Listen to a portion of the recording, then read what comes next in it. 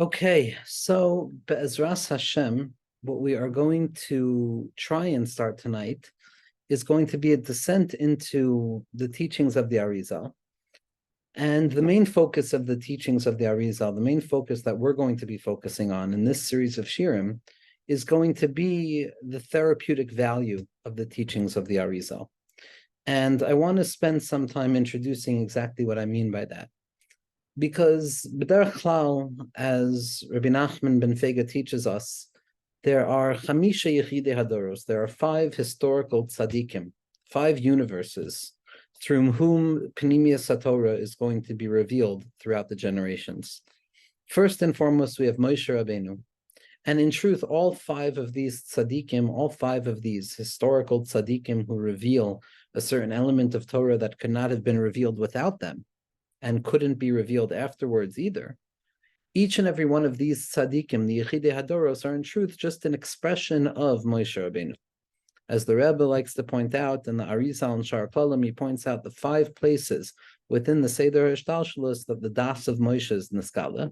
And these 5 places where the Das of Moshe is Niskala are Merames to the 5 Yechidei Hadoros, to the 5 historical tzaddikim through whom Pnimius HaTorah emerges into reality, and without whom we would not have the full body of Pnimius HaTorah, God forbid. We have Moshe Rabbeinu Raya Mehemna, we have Rabbi Shimon Bar Yochai Rashbi, we have the Ari HaChai, the Arizal, Rav Yitzhak Luria, we have the Baal Shem Tov HaKadosh, and we have Rabbi Nachman ben Fega. Now, again, as we've stressed so often, the notion of the 5 singular tzaddikim does not imply a value of one being better over another type of tzaddik, but rather it's the framework in which reality operates, that every galaxy has a solar system, and every solar system has planets in it. And so there are tzaddikim who represent the solar system, there are tzaddikim who represent the galaxy, and there are tzaddikim who represent planets within a particular galaxy. Each one serves their particular role.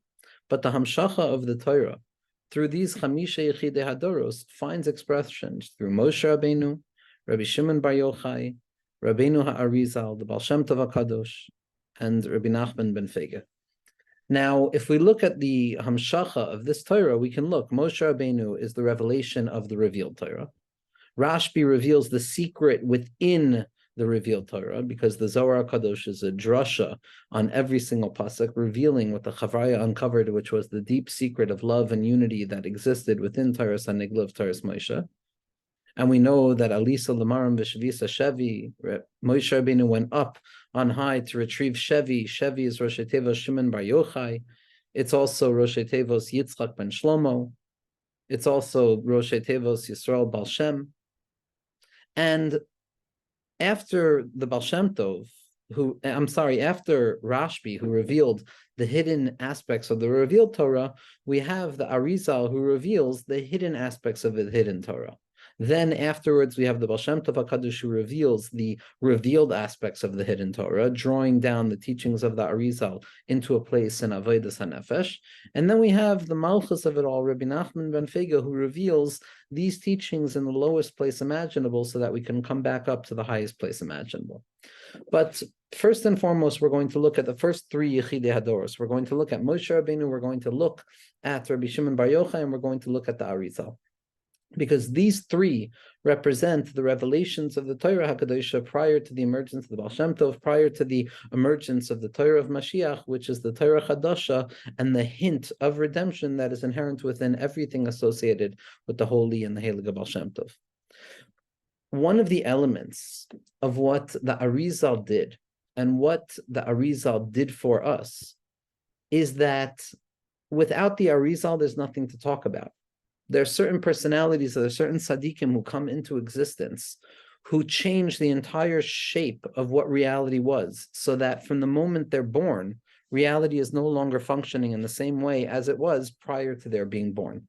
As Rabbi Nachman says, that not everybody needed to be connected to the tzaddikim ha'amitim prior to their emergence into the world. But once the tzaddik emes reveals themselves in the world, so then it's fundamentally necessary for each and every yid to be makusher in one way or the other, whether it's unconsciously or consciously or by way of spooky action at a distance. Everybody is yonik, everybody is drawing from the tzaddikei emes, from the chamisha yechidei hadoros, from these 5 5 points, these nodal points through the Hishtalshlus of Torah that give birth to all of the edifices and all of the palaces of Pnimius that we have access to. Without the Arizal, we wouldn't have the world of the Arizal to talk about. The Arizal is a world. The Arizal gave birth, revealed a new language. Now, it's a language that is new but old. It's atik, so it's ancient, but it's new because it's ancient in the sense that it is rooted in the teachings of those who preceded him, especially Rav Moshe Cordovaro, the Ramak, who was collecting all of the teachings of the Mekubalim from generation to generation, compiling them in his magnificent Pardes Rimonim. And the Arizal is basing himself on all of the Kadmoinim and all of the Tzaddikim, on Rabbeinu Azriel, on the Bris Menucha, on Rav Avram Abulafia, on the Gaonim. And the Arizal is taking from everything that they've said, especially Rashbi and the Ramak. And so in that sense, the world of the Arizal is an old world. But at the very same time, it's a fundamentally new world because what the Arizal gave us was a new Lashon. The Arizal revealed to us new metaphors to try and understand God, new metaphors to try and understand the reality of HaKadosh Baruch Hu and the reality of the world that HaKadosh Baruch Hu creates and the reality of being a human being in a world that HaKadosh Baruch Hu creates. Now, to use the word metaphor when it comes to the writings of the Arizal, as we've discussed so often in the Shirim of the Leshem, is not to, God forbid, say that the Arizal was a metaphor in need for demetaphorization, which would allow us to uncover the true meaning of the Arizal, because as we know from the Leshem over and over and over again, all we have is the osios of the Arizal. The Arizal had the status of a Navi in accordance with some poskim, and therefore, like any other Nevuah, we have the Lashonos of the Nevi'im. We have the expression that they revealed and what they saw, and that is the essential message. The interpretation and the application of the message is something secondary. It's fundamentally significant, but it is not the essential teaching of the Kabbalah of the Arizal. There were many Mekubalim.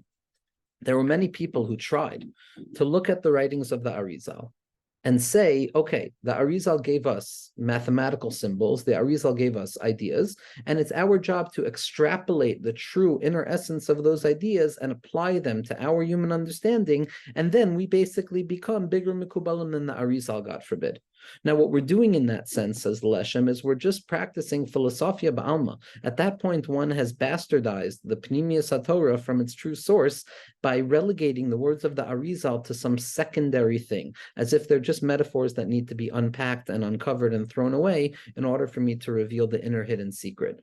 But it is fundamental to us to understand that all we have is the words of the Arizal. The words of the Arizal are Chai V'Kayim, what is written in the Shemona Sha'arim, in Yitzchak Kadisha, in Mahari Sarug, and the Talmidim of Mahari Sarug, is Emes La'amiso. Those are the Giluyim that the Arizal gave us in that Lashon, and that was the Lashon that is fundamental. It is a Lashon that is fundamental, just as the language of the Zohar HaKadosh is fundamental, just as the language in Shir HaShirim is fundamental, just as the symbolism and the anthropomorphization of godliness is fundamental in Torah's Moshe Rabbeinu. All we have is the words of the Arizal as they are written. Once we accept the fact that the Arizal gave us Giluyim on the highest level imaginable that are inaccessible to us, then we can begin to try and extrapolate and interpret certain applications to our lives, which means to say that we can take the words of the Arizal and understand them in a context that is meaningful and significant to us, but that does not mean, God forbid, that the significance and the psychological import that the words of the Arizal carry are the essential message of the Arizal. The essential message of the Arizal are the words of the Arizal as they are written in the Svarim HaKadoshim, as they are ma'orer, the inyanim that we're speaking about in their loftiest place imaginable. That being said, not everybody has access to what the Arizal was saying. Not everybody has a way of understanding what the Arizal was saying.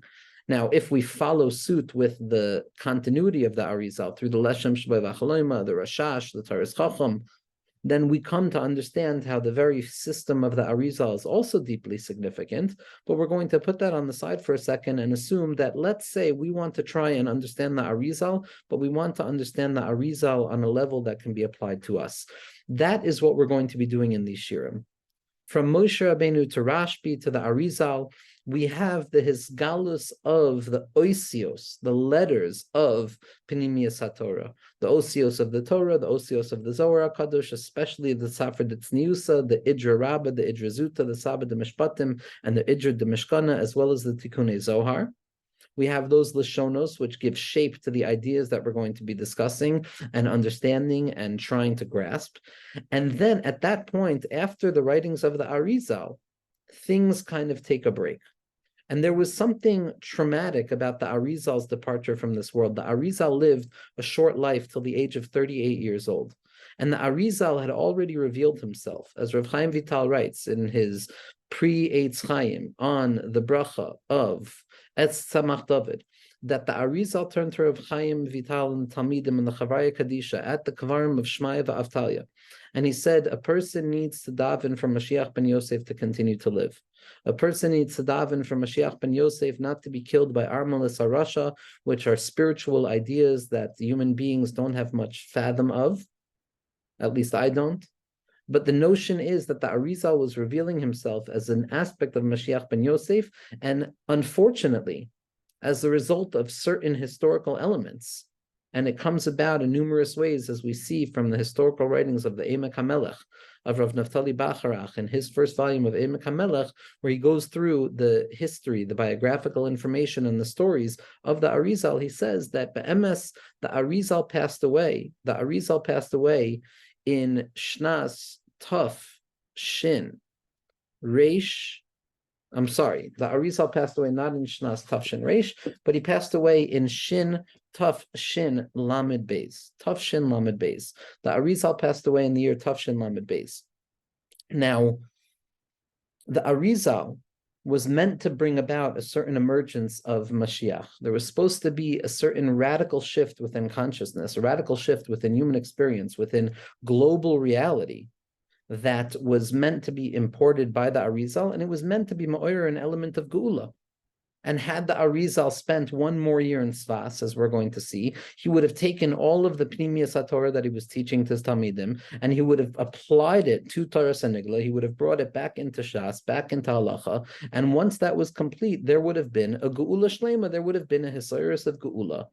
And we know that the Arizal, Mikamoha Arizal, in each and every generation, we have tzaddikim like this, that are the Ma'or HaTshuva, they're Ma'or Geula. And unfortunately, as a result of the historical errors and the Neira Alila that HaKadosh Baruch Hu wanted to run the world with, the Arizal was niptar in Shnas Shin Lamed Beis. Now, Shnas Shin Lamed Gimel, based on various places in the Zohar HaKadosh, was meant to be a year of redemption. It was seen as a year that was pregnant with an expectancy. It was a state of tzipiyah li Yeshua, of a teshuka to Yeshua.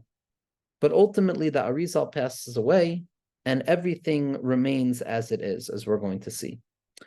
But there's an inyan that's muzbar al yedei the tzaddikim, especially Rav Koenig Schlusio Ganalenu, who said as follows: the Arizal did not live that extra time. He did not live to the year Shin Lamed Gimel. He passed away in Shin Lamed Beis, which means that the expectation of redemption of the self, redemption of the world, redemption on a political level, on a cultural level, on a psychological level, that redemption failed. That redemption was a stillborn, and it did not continue.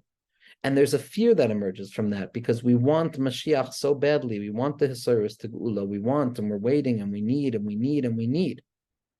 But unfortunately, the Arizal was nifter at that time. And so the pitkam of the tzaddikim goes as follows. It says, Lo sira beisa mishaleg, kichol beiv so lavu shanim. Don't be afraid. Don't be afraid when you look at Sheleg, when you look at the year Shin Lamed Gimel, which spells out the word Sheleg, which was the time where Mashiach Tzidkenu was supposed to come, where there was supposed to be a Geula Pratis and a Geula Klalis.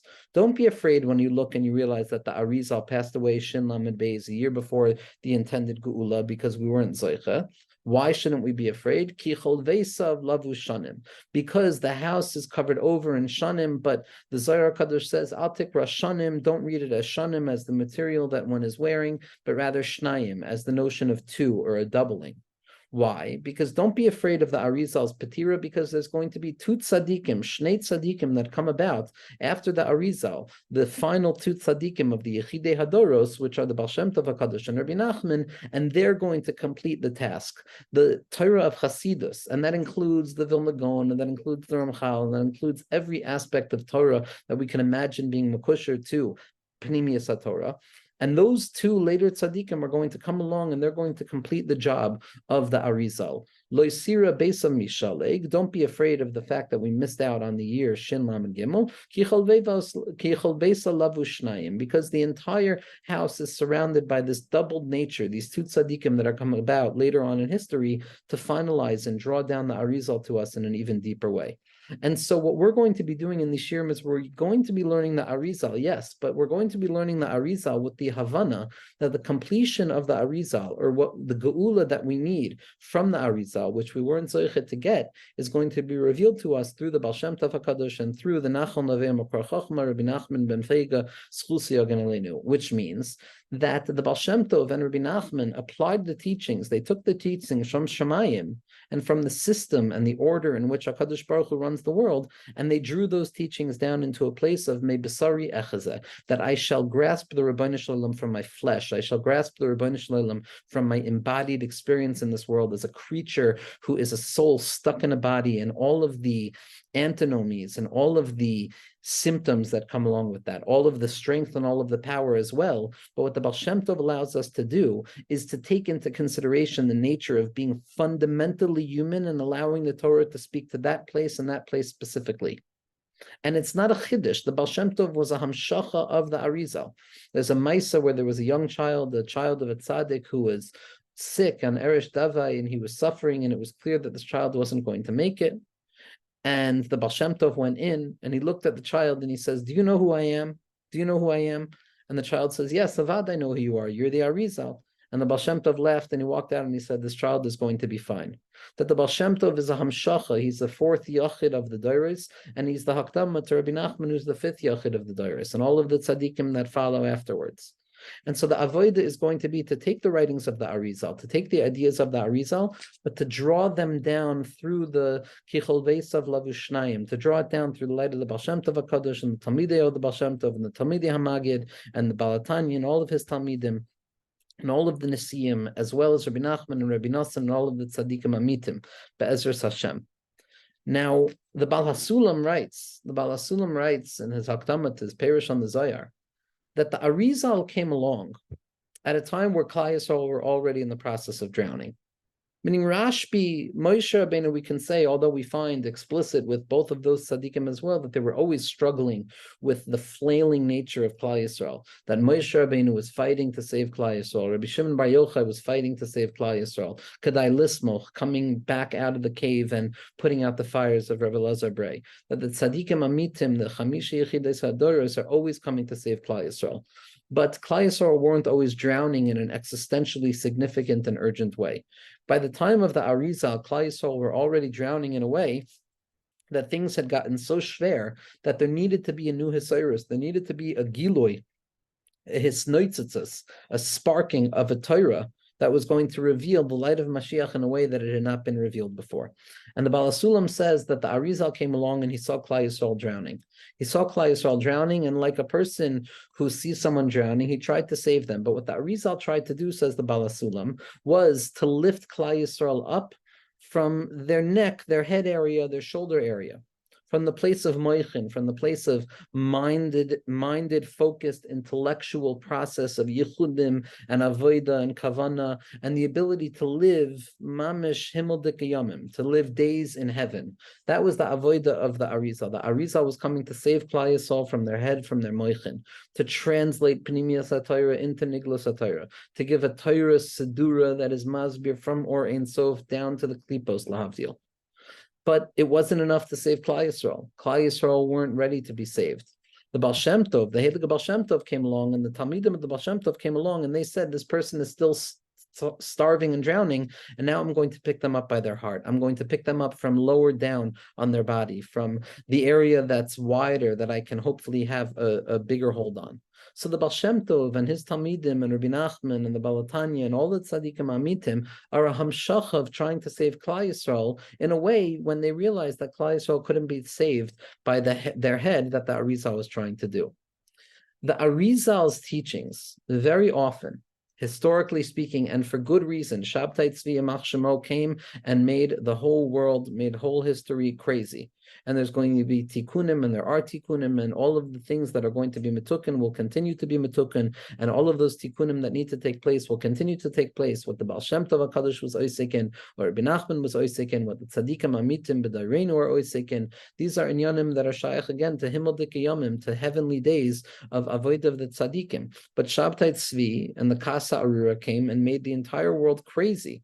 And they caused the whole world to be traumatized, to have a traumatic reaction, a post-traumatic reaction, the Havdil, to the teachings of the Arizal. Because the trauma of Shabtai Tzvi was a trauma that was theoretically rooted in the writings of the Arizal. And anytime that trauma got brought up, so it Memela went to the roots of it, it went to the Torah of the Arizal, and there began to be an interdiction against the Torah of the Arizal. There began to be something that prevented people from feeling that they have a right to learn the Torah of the Arizal. There was a splintering, there was a split that took place where there were those who had the right to know and those who no longer had the right to know, because nobody could be trusted anymore. It was manipulated, it was misunderstood, and it was misapplied. The masses made a mistake following Kasa Arura. The teachings of the Arizal are manipulative and not manipulative Chalila v'chas, but can be manipulated by a manipulative individual. And Memela, it created a prohibition, politics of secrecy, so to speak, of esoteric nature surrounding the writings of the Arizal. Ad kedei kach that for most people, the most significant thing that they know about the Arizal, other than the fact that the town of Svas, Yer HaKodesh, is associated with him, is that you're not allowed to learn Kabbalah until you're 40. The Arizal lived till 38. He didn't even live till 40. So theoretically, there wouldn't have been any Kabbalah had the Arizal listened to his rule. As the Rebbe says, the Rebbe has written that had he listened to all of the people who were telling him not to learn Kabbalah Sa'arizal, he would have never learned Kabbalah Sa'arizal. He would not have known Kabbalah Sa'arizal. The same is true for the Ari. Had the Ari listened to the rules that they claimed about the Torah of the Ari, we never would have had the Arizal. What we know is that you're not allowed to learn it until you're 40. And we're going to see that 40 and Bina, it's certainly a remez, it's certainly a very significant introduction of a boundary necessary. But there was a cloud of insecurity, there was a cloud of fear, there was a cloud of almost an angst of the powerful elements of Klal Yisrael at that point. Again, who had the best of intentions, the best of intentions, the tzaddikim amitim who were involved in these prohibitions against the study of the Kabbalah of the Arizal, the same process that took place with the Rambam HaKadosh, the same process that took place with all of the tzaddikim who have something real to say. There was a hisnagdus, there was a secrecy and circles of concealment that covered it over. But when we allow ourselves to really look at the writings themselves, and we allow ourselves to overcome this fear or this natural feeling to say, no, it's not for me. I haven't finished Shas and Poskim yet. Halavai, a person should finish Shas and Poskim, but a person should also learn the Arizal, and a person should also learn what the Mekubalim are telling us, even if it's just to understand the writings of the Baal Shem Tov and Reb Nachman. Not only if, that's also a profoundly significant thing. That's the mafteach of the Arizal. But a person should be learning Pnimiyas HaTorah, as the Leshem Shvo V'Chaloma points out explicitly in his Hakdama, in his cry, his decree, in the Hakdama to Hakdama Susharim, he says, Mehicha Tesa, that someone's not learning these things. A person has to learn these things. If you're a Talmud Chacham Avada, you have to learn these things. If you're not a Talmud Chacham Avada, you have to learn these things. And we have to demetaphysicalize them and stop making them so scary. It's a chelik of Torah. It's a fundamental chelik of Torah. And not only that, but we're going to see it is the most fundamental chelik of Torah because it is the one that gives shape to every ounce of our experience. And it is the system of Torah that validates more than anything else the experience of being a human being in this world. And if we look at the writings of those who were the ones responsible for the Hamshacha of the Ariza, Maharit Samach, if you read his Akdama to Eitz Chaim Kadisha, he writes, what is the reason that this Torah is being revealed now? It's being revealed now because there's no other way to survive. Things have gotten so crazy. The spiritual stuckness has gotten so thick. A human being is incapable of serving HaKadosh Baruch Hu because their minds are polluted by everything, internally, externally, stuck in all matters of stuckness, psychologically, physically, all things. The only thing that can possibly be strong enough to save us, the only thing possibly strong enough to shake us out of our spiritual slumber and boredom, is the teachings of the Arizal, and therefore these teachings are going to be revealed. Not because a person is so great, not because a person is so deserving, not because a person has excelled in Shas and Poskim, but because a person is so desperately in need of these teachings. We have a similar teaching from the Heilige Zidichover. Somebody came to the Zidichover Tzaddik, the Sarbe Sazoar, the one who wanted the Kabbalah of the Arizal to be taught to 3-year-olds. Someone came and said, what are you doing? You can't learn these ideas without Kedusha and Tahara, without purity and holiness. And the Zidichover looked at them helpless, and he says, I know, but please tell me what other possible way is there to be purified and holy, if not for learning Sisrei Torah, if not for learning the teachings of the Arizal. And we see over and over the Mitler Rebbe, in the name of the Balatani, in the name of the Magid, that it's only someone who has mamish and anxiety at the heart of their soul, libo doig bekirbo, marishleira a natural tendency towards that melancholic sense of being devoid of what I need. That is the prerequisite to properly understanding Pnimiyas HaTorah. That is the prerequisite. That is the necessary ground upon which the ability to grasp the Torah of the Arizal is born. So we see that it's not because we're so worthy that we get to learn the writings of the Arizal, but because we're so urgent and we desperately need them. Again, the Klal Gadol is that the sicker a person is, the more the Torah will be medicine. The sicker, the spiritual sickness, the Chaylas Ahava, the need to be redeemed out of the stuckness of day-to-day experience, the need to find some semblance of a centering point that holds me together in the world where things are falling apart and the string is being shook harder and harder, and a person has to hold on tighter and tighter to wait a little bit more for the coming of Mashiach. We need the teachings of the biggest tzaddikim. We need the writings of the Arizal. So it's not because we're deserving to be learning of the writings of the Arizal that we're claiming that we have a right to learn the Arizal. It's because we need it. And when a person is dying, when a person is spiritually sick, then all of those rules and all of those halachos of who can learn, who cannot learn, go out the window. Pikuach nefesh is doiche all of those gedarim. In a state of pikuach nefesh, a person has to say, right now, I need the Chai HaChaim, I need the Eitz Chaim Kadisha, I need the tree of life, and that's the Arizal. And I have to allow myself to feel that I'm not sneaking when I learn the Arizal, I'm not stealing, I'm not doing something I shouldn't be doing. It's a Tairihi v'lilmad anitzarech, and each and every person has the right to see themselves as the sole recipient of the writings of the Arizal, and that we are the ones who are going to properly understand the teachings of the Arizal as funneled through the psychological process, as we understand from the Baal Shem Tov HaKadosh, as well as Rav Chaim Vital. Now, with that being said, there are 2 fundamental clauses that need to be added. Number 1 is that we see in the Hakdama of Eitz Chaim from Rav Chaim Vital that there are prerequisites, there are azharos, and there are certain hanhagos, certain behavioral tendencies and attributes that a person has to develop for themselves in order to be somebody who is worthy of studying the writings of the Arizal properly, in order to be somebody who's trying to be Masig Ruach HaKodesh, in order to be somebody who could be said to be a Yoredei Merkava. And that's absolutely true. To be a Makubal, to be a Kabbalist, there are all of these things that a person needs to do.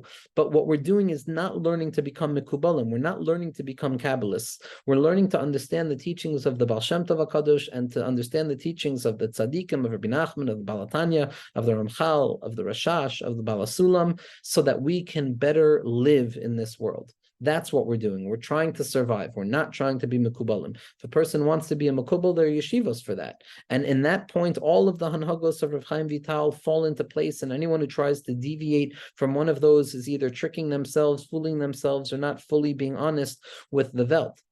But when it comes to learning the words of the Arizal for redemption of the self, for Ge'ulas HaNefesh, at that point, everybody has a right to come and taste from the Eitz HaChaim.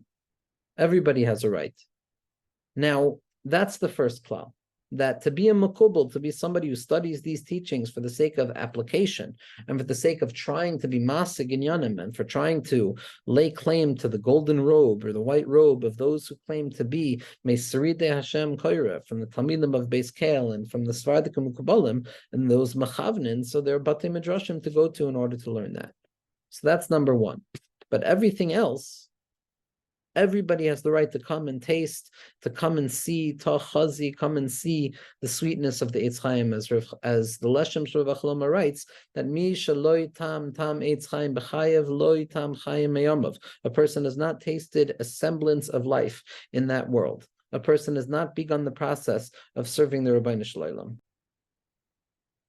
The second Inyan is that in spite of the fact that we have the ability to understand the words of the Arizal and apply the words of the Arizal to our own experiences, and to see how the words of the Arizal in every sugya, in each and every sugya, can apply to modes of thought and moods and our own experiences, and they serve very often as the best possible map to understand the difficult process of being a person in a modern world, and to be a person who doesn't feel something, and to be a person who has anxiety and who fights for joy and mindfulness. In spite of all of those things, that does not give us permission, God forbid, to be machadesh on the words of the Arizal, or to claim that we have the proper interpretation of the words of the Arizal. That demands a limud be'in u'ba'oimek ad prate. Prate is to understand what the Arizal says here, what the Arizal says there, to understand the sugyas as deep, as complicated, as precise as any Iyun sugya that a person is possibly reading.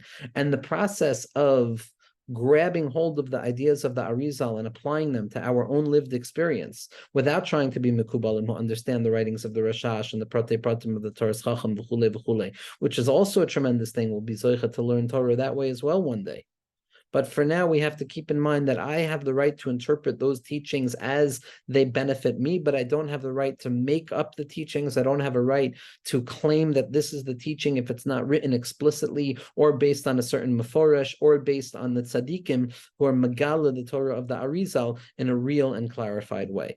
So we have two things. We have, on the one hand, the need, the fundamental need to be very careful when it comes to the study of the writings of the Arizal, and to be very, very careful if it's something that we want to take seriously in our lives, to apply, to be zoichet, to earn the name of someone who is a makubal on one level or another, whatever that means. If a person's learning in yeshiva, this, that, or the other thing. And secondly, what we have to cherish and what we have at our hands is simply the writings of the Arizal as they are brought down to us through his Talmud Ne'eman, Rav Chaim Vital, as well as Mahari Sarug, as they have been codified in the Shmoyne Sha'arim and the Eitz Chaim and all of the writings that are directly rooted to the Arizal. So on the one hand, we have to be essentially careful and guarded of the words of the Arizal. And on the other hand, we have to trust ourselves that the words of the Arizal are my medicine. I can't live without the Arizal. And that what the Arizal is coming to give me is healing waters. He's coming to give me life. Like all of the Tzadikei Hadoros, like all of the Yechidei Hadoros, he's coming to give me the medicine that I have been missing my entire life. And if I learn the Torah like a person who's dying of thirst, then the Torah will satisfy me and quench my thirst like a person who is finding life for the first time. And so both things have to remain true. The fact that, and the care and the tradition and the respect and the acknowledgement that what we're talking about here is far beyond anything that we can possibly begin to be masig on the level of what the Ariza was trying to tell us. All we have is his words. But on the other hand, to say that Lamani Gara, if not me, then who? Imani kan hakolkan. The Arizal's writings are here for me. The Shemona Sharm are here for me. Eitz Chaim Kadisha is here for me. A Siddur HaRashash is here for me. If not me, who else? This is the world that you put me in, Rabbanu Shalom. These are the tzaddikim that you've given me access to, and then I have to learn them. And each and every one of us has to see to it that we're learning the writings of the Arizal as Chaim Mamish, as Chaim Mamish. Now, what we're going to look at right now is just the beginning of the sugya of what the Ariza was, who the Ariza was. And again, in this series of shirim, everything is within etc. If the entire world was ink and all of the time was given to be able to try and describe a little bit about Rabbeinu Ha'arizal, Rabbi Yitzhak ben Shlomo Schus Yogan Aleinu, whose yahrzeit was yesterday on Hey Av, the Ois Hey of the Aleph Beis, the secret of Ki B'Kah Hashem Tzura Lamim. The Yud is the Bria of Olam Haba, the Hey is the Bria of Olam Haza. The Arizal's Torah is the Torah of Olam Haza. It's taking Olam Haza back up to Olam Haba. It's taking the Hey and bringing it back up to the Yud. And the Torah of this tzaddik, it would take an infinite amount of time to begin to uncover the secrets upon secrets upon secrets that rest at the core of every letter, every drop of ink of the writings of the Arizal, which are ultimately all coming to say Eino en Milvado Kepshuta Mamish, and teach us the secret of Yichudim, to be Mekusher HaKadosh Baruch Hu in this moment. But to begin with trying to understand a little bit of what this tzaddik revealed, so we have to begin with the words of the Emek HaMelech. Emek HaMelech, which is really a fundamental sefer when it comes to understanding the nature of the Ariza. And after the father of the Arizal died, and he was still a young child, and out of the impoverishment of his family, Yared leMitzrayim lebeis dodo, shaya ashir gadol. The life circumstances of the Arizal, he was an orphan, they led him to go down into Mitzrayim to his rich uncle. Just like Klal Yisrael goes down into Mitzrayim, the Tzadikei Hadoros go down into Mitzrayim. The Arizal goes down into Mitzrayim, v'hu haya hoylech ve'or. But what he found in Mitzrayim was the ability to move forward, and he found light with intense Talmudic pilpul and svara. And the light of godliness was moving within him. V'tachal Ruach Hashem lefa'amo b'machanadan, as the pasuk says. And the Ruach Hashem came down and it began to move within Machanadan, as the pasuk in Shoftim Yud Gimel Chafei says. And his teachings were held in his hands. And when he was 15 years old, his wisdom and his intellectual wisdom came to such a point that he was at the top of the Chacham Mitzrayim, and he began to learn with the Rav of Mitzrayim at that time. The chief Rav of Mitzrayim was Rav Betzalel Ashkenazi, who was the Shita Mekubetzes. Now, as we're going to see, I believe that the first Rebbe of the Arizal, the Shita Mekubetzes, is doing in Nigla what we're going to see the Arizal revealing as we begin to discuss the secret of Sod HaPartzuf, which comes about to our generation through the Heilige teacher that we all have in this world, Rav Moshe Shat Shlita, as we're going to see. But what the Shita Mekubetzes was doing, the Shita Mekubetzes was collecting, a Shita Mekubetzes, collecting from different places and drawing all of those disparate parts into one singular point to create a sum total that is greater than the sum of its parts. This is what the Chachma of the parts of is. It's taking all of the parts, taking all of the spheros, as we're going to see, and allowing them to reveal a sum total that is greater than the parts, to reveal something new. And he begins to learn by Rav Betzalel Ashkenazi for 7 years, and afterwards, he spent 6 years alone. He spent 6 years alone in solitude. And he spent 10 more years spending time alone and doing his thing. Where was the Arizal being zoichet to all of his secrets? Where was the Arizal zoichet to Giloi Eliyahu? He was zoichet to Giloi Eliyahu on the banks of the Nile River. On the banks of the Nile River, which to me is such a fundamental expression of what we're talking about when we talk about the Arizal. We know that Mitzrayim is Erevas Haaretz. Mitzrayim is the Meitzar. Mitzrayim is a place of constriction. Mitzrayim is a place of exile. Mitzrayim is a place where a person is not allowed to go back into because it's an empty net. It has nothing left in it. Mitzrayim is a place of servitude, of difficulty.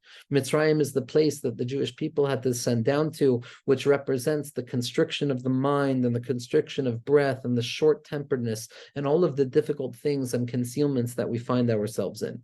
So it's quite surprising then to find that the deepest Torah revealed to us in our tradition of Rabbeinu Ha'arizal from amongst the Yechidei Hadoros is found not in Yerushalayim Yer HaKodesh. It's not found in Sfas Yer HaKodesh. It's not found in Eretz Yisrael. It's not even found in Eretz Ha'amim, which would be one thing. It's found in Mitzrayim Daika. It's found in Mitzrayim, in Eretz Mitzrayim, in the place of exile, of constriction, which represents the Kutza Shel Yud of exile. There are 4 exiles, Migdal, Madai, Bavel, Yavan, and Paras, and Edom, rather. And Golus Mitzrayim is representative as the source of all Golus because it represents constriction itself. And this is where the Arizal is Zoichet his Chochmah. This is where the Arizal is going to teach us the life-giving medicine of Eitz Chaim Kadisha. But as Rabbi Nachman teaches us so often, there are 2 ways to look at something that appears to be counterintuitive. The counterintuitive thing here is that the Arizal is being Megala or Ha'oires, he's being Megala the lights of godliness, is not only not revealing them in Yerushalayim, is not only not revealing them in Eretz Yisrael, but he's revealing them in the worst place imaginable, in Eretz Mitzrayim, and that's counterintuitive. And whenever something counterintuitive emerges, whenever there's a surprising shift in our way of understanding something, there's 2 ways to look at it. I can say, in spite of the fact that there's a shift over here, Afal Pikain, even though the Arizal found himself in Mitzrayim, which is a surprise because it's such a low place, nevertheless, Afal Pikain, he was able to find the light of godliness in Mitzrayim also, which is revealing the power of the Arizal. And that's true. That's the level of Afal Pikain, like Yosef HaTzadik, Mashiach ben Yosef, who goes down into Mitzrayim for 17 years, and he's Ro'eh Tov, he sees goodness, because Yosef HaTzadik is the one who's Ma'orer, that or of the Tzadik Yisod Olam, the Yisod is the Osios of Sod, which is the secret, and the He'elem of the Arizal. Yes, it's true. It's Afal Pikein. The Arizal goes down into Mitzrayim and he survives. He's there for 17 years also, 7 years, 10 years. He's being mispoited there.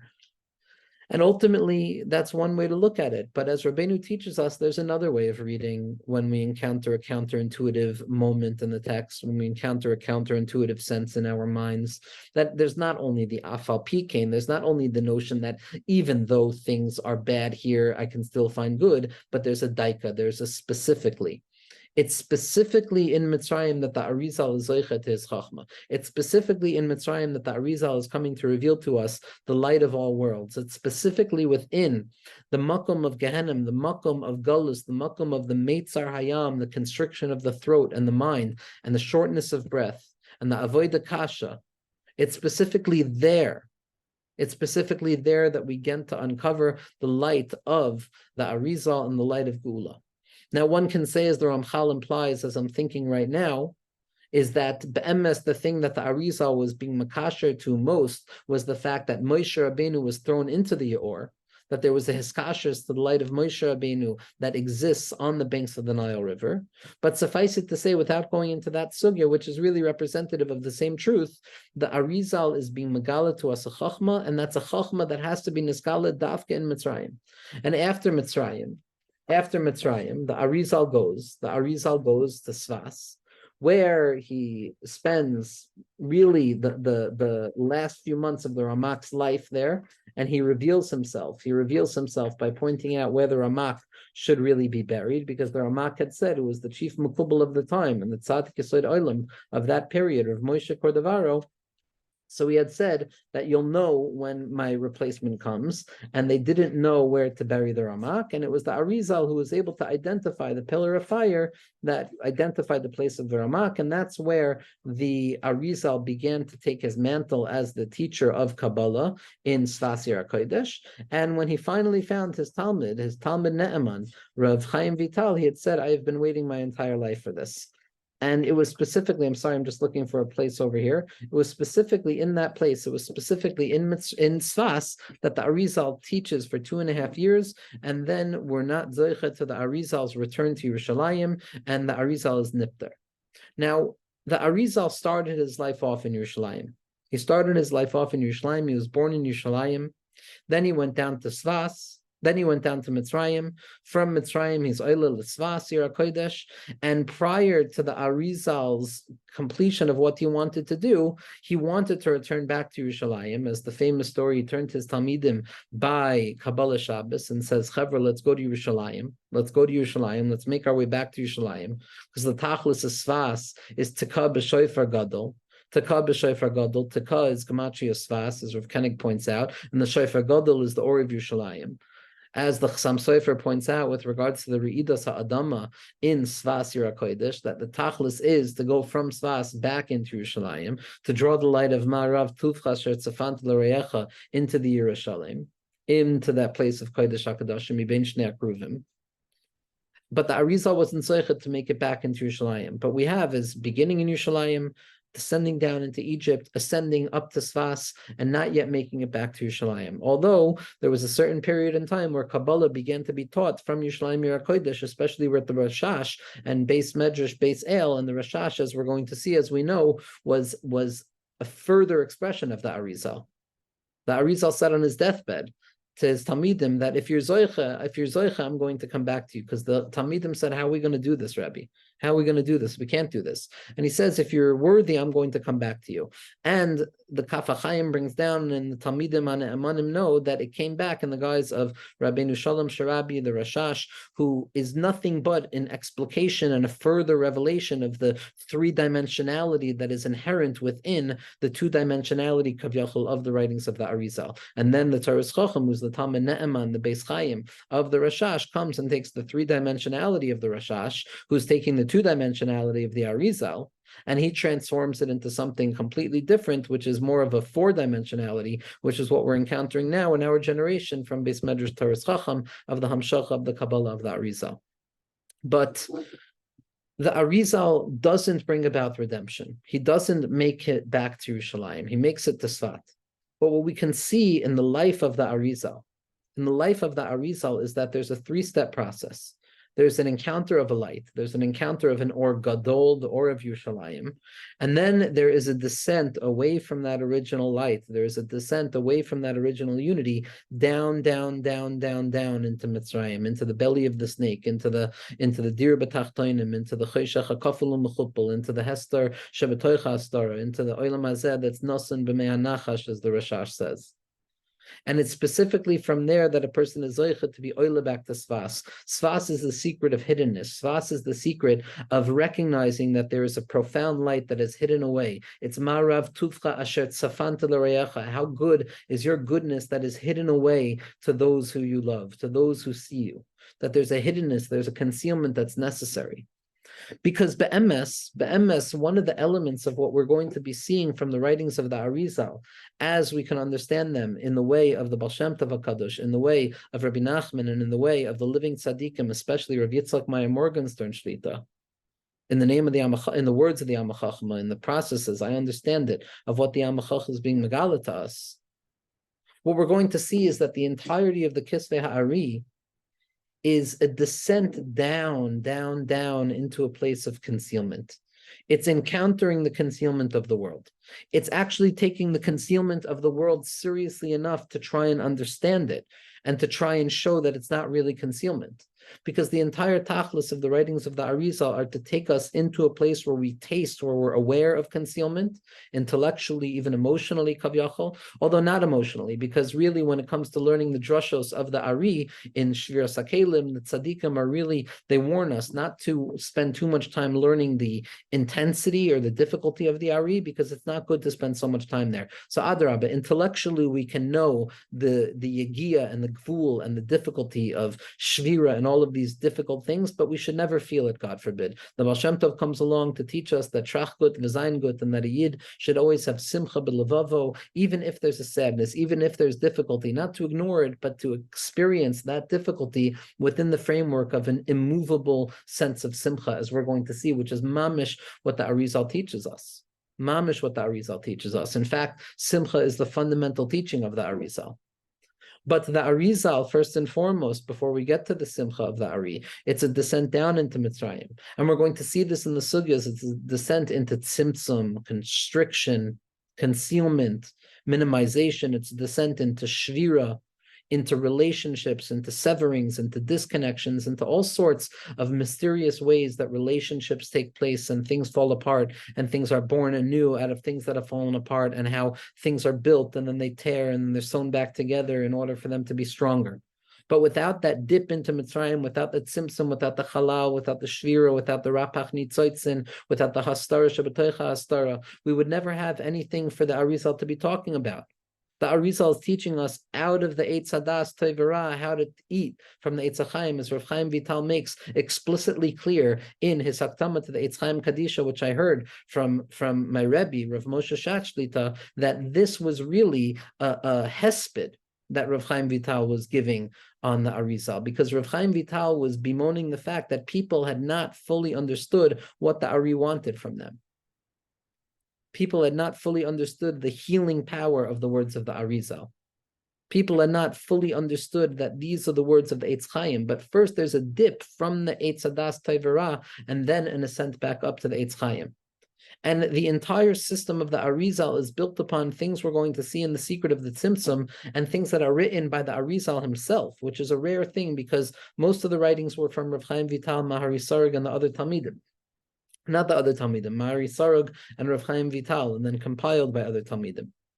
And the Arizal gave us 3 Pizmoinim. The Arizal gave us B'nei Hechola, Dechsif, and Askinu Sudasi, gave us the Zmiros, the beautiful poems, the love poems, the mystical love poems of the Friday night meal, of the Shabbos day meal, and of Shalosh Shudas. B'nei Hechola, Dechsif, and the Mechazei Ziv, the Zer Anpin.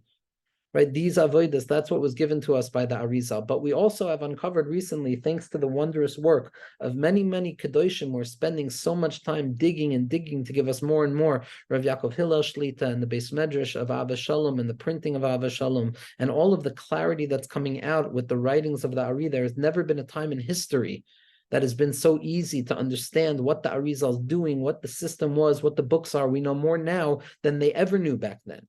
in terms of the printing history, in terms of developing an understanding and Havana of the system. And that makes a lot of sense because as Leshem Shabbat taught us in Biurim, that the transmission of Pnimius HaTorah is not like the transmission of Niglos HaTorah. In Niglos HaTorah, it used to be that they had to say a little in order to convey a lot. Now we say a lot in order to convey a little because what we understood then is minimal and we no longer have the art of language to convey the minimal amount with language. So we have to spend a lot of time speaking. This is also in Hakdamas Hagriz to his father's Sefer, Chedusha Rav Chaim al Rambam, where he speaks of the power of Rav Chaim as being like a Rishon because he was able to speak on a level of Miyat HaMachzikas HaMeruba, of minimal amounts that contain a vast amount of information, something that is a bygone thing in the world of Niglos HaTorah. But in Nistaros HaTorah, says Leshem Shabbat Chaloma, not only do we have an increase in the quantity of the writings, but there's also an ontological increase in the quality of what we have a capacity of understanding. And we now, in this generation, even more than the generation of the Leshem Shuvah Chaloma, as a result of the lights of the Leshem Shuvah Chaloma and all the Tamidim Amitim of the Arizal and the Hamshache Doros of the Arizal, we have more of an ability to understand ideas that have never been understood before. Ad Viaskoyel, we have the ability to understand the final frontier, which we see coming out of the living Tzaddikim, sugyos that had been untouched, sugyos that had never been discussed, sugyos that are being revealed in such clarified forms that it's impossible to deny the renaissance and the revolution and the eventual redemption of the Torah of the Arizal. It's a Torah Shlema, it's a Torah of Geula Mamish. And in order for there to be a Torah of Geula, there has to be a descent into that place. And in those writings of the Arizal, I'm sorry for the tangent, in those writings of the Arizal that we're discovering his early parish on Safra Ditzniusa and the writings that he had on the Zohar HaKadosh, there's a Klal Gadol that he takes from the Ramak, but explicitly says over and over, Ha-he'elem hu hagilui v'hagilui hu ha-he'elem. Ha-he'elem hu hagilui v'hagilui hu ha-he'elem. That the revelation is a concealment and concealment is revelation. Meaning to say that we typically look at the world and we say what is concealed is bad and what is revealed is good. Revelation is good because we have a grasp of it, we can name it, we can hold it, we can trust it, we can identify it, and I have it in actuality. But something that is concealed is a symptom of something bad because I don't have it and it's hidden away from me. Because what we see is He'elem and Giloi as presence and absence. Our typical assumption was that if something is hidden, it's absent, and if something is revealed, it's present. That Hester was associated with something being missing, and Giloi was associated with something being revealed. But comes along the Arizal, based on the Ramak and the Hamshach of the Mikubalim, and says, Adarabba Ipcha Mistabra, Adarabba Ipcha Mistabra, that Ha-He'elem hu ha-Giloi v'ha-Giloi hu ha-He'elem, that the infinitude of HaKadosh Baruch Hu is so great that it can only be revealed by way of tzimtzum, and it's the constriction that allows something to be revealed, because when it's revealed, I can't lay claim to it. It's only when it's concealed that I actually have some shaykhis of emuna, because the tachlis of everything is emuna. It's the Eitz Chaim Kadisha is coming to teach us emuna, tefillah, emuna, tefillah, emuna, tefillah. That's it. The pre-Eitz Chaim is tefillah mamish. That's the tachlis of the Eitz Chaim. The Torah has to be transformed into a tefillah, as Rabbi Nachman teaches us. But the concealment, what happens with this shift where we see that concealment is really how things are revealed, is that something really big takes place. That concealment stops being absence. It stops being something empty. It stops being something that is devoid of content, and it starts being content that is expressed by way of concealment. That instead of thinking of concealment as the absence of presence, meaning that there was something present and now it's absent and nothing exists, and we have to start thinking about absence by way of presence, meaning that yes, there's nothing, but it's not a lowercase n nothing. It's a capital nothing. Hashem is everywhere. Orient Sof is everywhere. And Mamela, I have to try and learn the sugya of if Hashem is everywhere, then why don't I see him? And that's the basis of the Arizal system. The assumption that Hashem is everywhere. Hashem is everywhere. And if Hashem is everywhere, then why don't I see him? And that gives birth to the chiddush of the tzimtzum kavyachol. If I operate from the position of Hashem is not here, then I have to get into all of the complications and the extrapolations of why isn't Hashem here? And how could it be that Hashem is not here, et cetera, et cetera. But once one takes the given perspective, which only the Yechidei Hadoros have the capacity to give us, to drink from, and to heal us with, is the notion that no, Adrabah Ibcha Mastaber, Hashem is really here. And the apparent concealment of godliness is simply an apparent concealment, because now we see concealment as an aspect of revelation. And if that's the case, then we have to try and understand how can an infinitely present God appear as absent? And that's what gives birth to the entire process of the Seder Hashtalshalos, from the first Shar in Eitz Chaim down to the last Shar, from the Or Ein Sof down to the Klipos as they're described in the 50th Shar. But this is the premise of the Arizal, that there is no absence, there is nothing concealed. Everything is present. HaKadosh Baruch Hu is present everywhere. And this leads us finally to the most important part of the introduction, which is two stories, two elements of what the Arizal is coming to give to us. Number one is that Rav Chaim Vital, who asked his Rebbe, Rav Chaim Vital says, Rebbe, how could it be that in our generation we're going to be zoichet the things that the previous generations were not zoichet to? How could it be that that which is lower can access that which is higher, that which those who are higher could not even access? And the Arizal said that in spite of the fact that there's a degradation of generations and there's a degradation and the klipos grow thicker and the concealment elements of this world, which we have to take seriously. No one like the Arizal teaches us to take klipos seriously, because you have to take them seriously in order to understand that they're a joke. Because if you know it's a joke in the beginning, then the joke's not going to be funny. So you have to take it all very, very seriously. You have to take the concealment very seriously in order for the punchline to be funnier. And the punchline is always Einon Levado. But because the Arizal needs us to be in on the joke, on that tzchok the Yitzhak, on the laughter of Yitzhak, so then we have to hold cup with the tzimtzum, with the shviro, with the klipos, and with all of these different issues. And the Arizal says that in spite of the fact that the klipos are growing, nevertheless, the innermost point of content is continuing to grow as well. And therefore, the little bit that we do is far more of a sacrifice, inner and outer, and it also draws down on a higher level. But Rav Chaim Vital asked, what is the most significant thing that you've done? What was it that gave you access? What was it that gave you access to Eliyahu Hanavi? All of this is rooted in Eliyahu Hanavi. And Be'emes, in order to give a shir on Eliyahu Hanavi, on the Arizal, we should give 10 shirim on Eliyahu Hanavi. Because without Eliyahu Hanavi, there is no notion of the Arizal. And without the Arizal, there is no notion of the Baal Shem Tov Kadosh, even though the Baal Shem Tov had a different Rebbe, Achai Ashiloini. But Rav Chaim Vital asks, he says, what was it? What did you do? And he says, it was Simcha, Simcha Shel Mitzvah. Simcha, Simcha, Simcha, Simcha. I was besimcha. Simcha, as the Baal Shem Tov, as the Lubavitcher Rebbe, and as Rav Yitzchak point out, that Simcha not as the result of something, not a dependent joy that's dependent on some external accomplishment where I do the thing, but now I do it with Simcha, but rather a baseline of Simcha, a saturating expression of Simcha that frames and contains and gives birth and surrounds each and every expression of our lives. So that yes, there's ups and downs, but it's besimcha. And that gives birth to v'ahavta l'reacha kamoicha. That was the klal. That was what the Arizal said we have to be makabel upon ourselves each and every day before tefillah. And the Baal Shem Tov HaKadosh took this as a fundamental truth. As the Tzemach Tzedek points out in Mitzvos Ha'amanas Elokus, as the Baal Tanya points out in Parak Lamed Beis in Tanya, that the simcha, the true simcha of Or Ein Sof, the true simcha of Bittul and Or Ein Sof, the true simcha of tasting from the Eitz HaChaim, Memela gives birth to Avas Yisrael. Memela gives birth to Avas Chinam, to the Ahavta L'Reacha Kamoicha, which is the teaching of Rabbi Akiva, who is the Rebbe of Rashbi, the Ahavta L'Reacha Kamoicha, of unity, of love, of connectivity, of Chavraya, of Chavivus.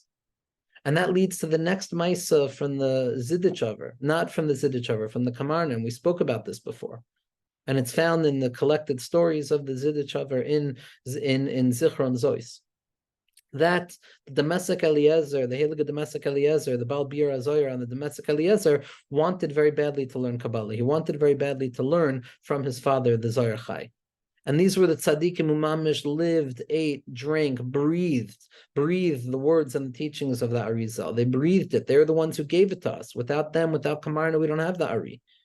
We don't have that koyach. We don't have that hislahavus and the belief that every single word in Maran Ha'ari can be machayim meisem mamish. It's a yichud. As Leshem Shabbat Chaloma said, and I heard from the Talmidim of Rav Yitzhak Meyer Morgenstern, it's the most significant place in the Leshem that every drash in Eitz Chaim Kadisha can be transformed into a yichud, which means that it can be an act of tefillah, which means that it could be a moment of connectivity to the Rebbeinu Shalom, where I'm no longer running to anything, but it's a moment of hashra'ah, where the above is folded into the below, and everything I need is already here in this moment. And the Zohar Chai is pushing his son, the domestic Eliezer, away and saying, "Nine, I don't want to teach, as the true tzaddikim do." Until finally he cajoled his father to teach him. And the Zohar Chai told the domestic Eliezer, he says, "Come early in the morning tomorrow."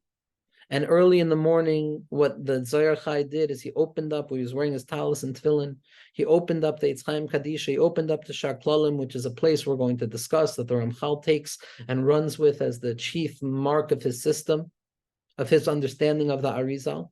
And he points to the reason that HaKadosh Baruch Hu created the world. Why did Hashem create the world? Ki choik hatoiv lahetiv. Ki choik hatoiv lahetiv. Ki choik hatoiv lahetiv. Because the desire of the capital G good is to bestow goodness upon its creatures. Is Baruch Sha'amar v'haya ha'olam, that the world is good, that life is good, and that things can be good, and that there's simcha, and v'ahavta l'reacha kamoicha. And in all of the absence, there's truly a presence. And all we have to do is understand why things appear to be absent, but not why they're actually absent, because nothing is actually absent. This is the light of Yitzhak HaTzadik. This is the light of Yitzhak Avinu, of Yitzhak Luria. Yitzhak is the light of the Arizal, the Schoikti Yitzhak, the laughter of Yitzhak, the ability to take severity and transform it to be the very place of light. The Yitzhak Avinu, who is the beginning of the process of the Ariza to Mitzrayim, because the whole tachlis of Yetzias Mitzrayim is to be Megala, the Schoik of it all, to reveal the radical nature of HaKadosh Baruch Hu's Ein Oid Milvado. And the Ben Ish Chai Aleinu tells us in the beginning of his parish, on the Hakdamos of the Arizal, one of the most significant and important svarim to learn, called Das Tvuna, Das Tvuna. I'm sorry, I'm forgetting. It's either Das Tvuna or Das Tvunos of the Ben Ish Chai, is one of the best introductory svarim to learn. And in the introduction to that introductory sefer, the Ben Ish Chai says, where do we find the hint to the Arizal in the Torah? Arizal min haTorah minayin. Arizal min haTorah minayin. And he answers that Arizal min haTorah minayin is from the sugya of Yitzchak and Chafiras HaBe'eros. And in the beginning, there was Asek and there was Sitna, and he was pushed away until he came to Rechoivais, and that's where he found true Shalom and Hamevin Yavin. And it seems clear, I believe, in my humble opinion, that the secret that in Rechoivos he found true shalom is that Rav Shalom Sharabi is the Rashash and Rechoivos is Rechovas Anar, and that's where the Arizal receives kind of the final stamp, the final gushpanka before the Taras Chacham of how to be properly understood. But what the Ben Ish Chai says, more importantly for our sake, is that the hint of the Arizal is in the sugya of Yitzchak. Now, Yitzchak Avinu is the sugya of Gavuros. Yitzchak Avinu is the sugya of intensity. I'm sorry, again, I keep losing this place. Yitzchak is the secret of connecting to a hidden light that is buried within that which appears to be concealed. It is the ability to find the Ribbono Shel Olam in places that appear to be devoid of the Ribbono Shel Olam, to find the infinite light hidden within the tzimtzum, v'chule, v'chule, v'chule. Yitzchak is the secret of laughter, is the secret of emerging from the trauma, so to speak, of the Akedah and coming down, laughing about it, the secret of Kates Chai, the secret of being alive in death itself, the secret of finding or in absence itself, and the secret of the Kabbalah of the Arizal. This or of Yitzchak, as we've discussed so often in the name of Rav Simcha Bunim, when Avimelech saw Yitzchak, when he saw this laughter of Yitzchak, he says, Re'ei Ra'inu. Why do you have to look twice when it comes to Yitzchak? What's the Re'ei Ra'inu? What's the doubled nature of looking? Because when I take a first glance and I look at Yitzchak, it appears broken, it appears severe, it appears impossible to break through. But I have to take a double take and I have to look twice. And once I look twice, once I access the light of the Arizal through the double nature of the tzaddikim, the Baal Shem Tov and Rabbi Nachman, that looking twice, I come to uncover the secret laughter of Yitzchak, the laughter that reveals all absence to be presence because there was never any absence. And that specifically has to be revealed down in Mitzrayim. The pasuk in Yeshayahu says, V'tzachtakti Mitzrayim b'Mitzrayim, and I have refined Mitzrayim in Mitzrayim. And what the Arizal says is that Mitzrayim is the Meitzar, Mitzrayim is the Gevura, Mitzrayim is the intensity and the constriction. And the only way to rectify that constriction is to enter into the elevated constriction, the constriction ha'elyon, the Meitzar ha'elyon, the Shem Kale, the Yud Gimel Tikunei Dikna, the Tikunim, the concealment for the sake of revelation. That's the secret of the Arizal, to be mamtik concealment with a higher level of concealment, to come to understand that, yeah, Vada things are hidden, but why are they hidden? And when we understand why things are hidden, then we begin to understand the joke of it all. Then we begin to taste from the Eitz Chaim, to realize that Einol Mevada Mamish. And Tzachtzachti Mitzrayim b'Mitzrayim, the Arizal Yitzchak goes down into Mitzrayim to reveal from within Mitzrayim itself the sweetness that can be be refined, and the laughter that emerges through a Simcha Amitis, the Simcha of Yitzhak HaTzadik, the Simcha of the Schoik of Yitzhak, the Simcha of the Kabbalah of the Arizal, of the Kabbalah of the Talmidim Amitim, of the Chasidus, of the Baal Shem Tov, of Rabbi Nachman, and the Tzaddikim in our generation. And Be'ezras Hashem will go a little bit into the space, into the sphere of the Eitz Chaim Kaddish, of learning what it means to try and taste redemption in our lives, Be'ezras Hashem.